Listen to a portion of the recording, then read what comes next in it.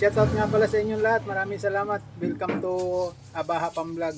Yan, meron tayo niluto na yun, kaluluto lang ngayon, i-deliver natin ngayon. Merong party-party yung pagdi-deliveran natin. Nagluto tayo ng palabok. Tapos ito, minudo. Yan. Rice. Ito naman chicken na mushroom. Yan. Ito naman biko. Yan, special yung biko na yan. Coconut yan, coconut. Yan. Yan kapam, i-deliver natin yan dun sa good for kwanto 20 person yan. Itong di-deliver natin ngayon. Sana masarapan sila dun sa ating luto. Okay kapam, shoutout po sa sa inyong lahat. At shoutout nga pala po kay Mr. Rico Sibelia, tiga Tagig. Yan. Sana po gumaling na yung inyong misis. Nasa ICU nung nakarambong punta kami ng hospital sa Tagig. Shoutout po sa inyo at sana gumaling na yung misis ninyo. Maraming salamat po.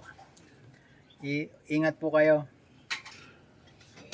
Ayan kapam, yung mga tiga dito sa paligid ng Montana Heights, yan. Kung gusto po niyo magpaluto ng ganito, na mga nakabox-box na ganito, pwede po kayo magpaluto. Minodo, apritada, sarsyado, ganyan, mga kaldereta, at marami pong iba, at saka yung mga tulad po ng pansit, ng spaghetti, okay, yan kapam mga luto namin, may palabok, ganyan, okay po, maraming salamat, kahit yung mga fried chicken, yan, tumatanggap po kami, buo, o yung mga drumstick, wings, yan, okay po kapam, maraming salamat po sa inyo. Shoutout po, hanggang dito na lang. Bye-bye. See you.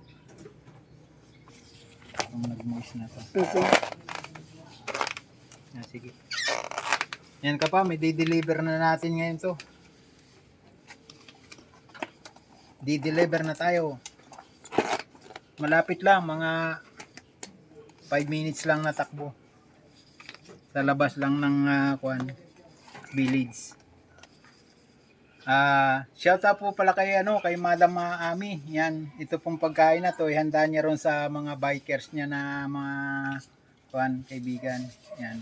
Okay po kapam, maraming salamat po.